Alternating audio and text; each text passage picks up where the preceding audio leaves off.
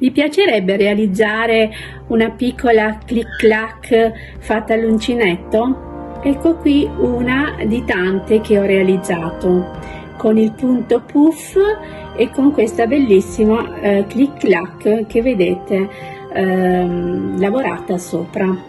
Se volete lo schema e desiderate realizzarla anche voi, potrò farvi presto un tutorial. Scrivetemelo nei commenti. Sono Lucy Amigurumi e vi aspetto al prossimo tutorial.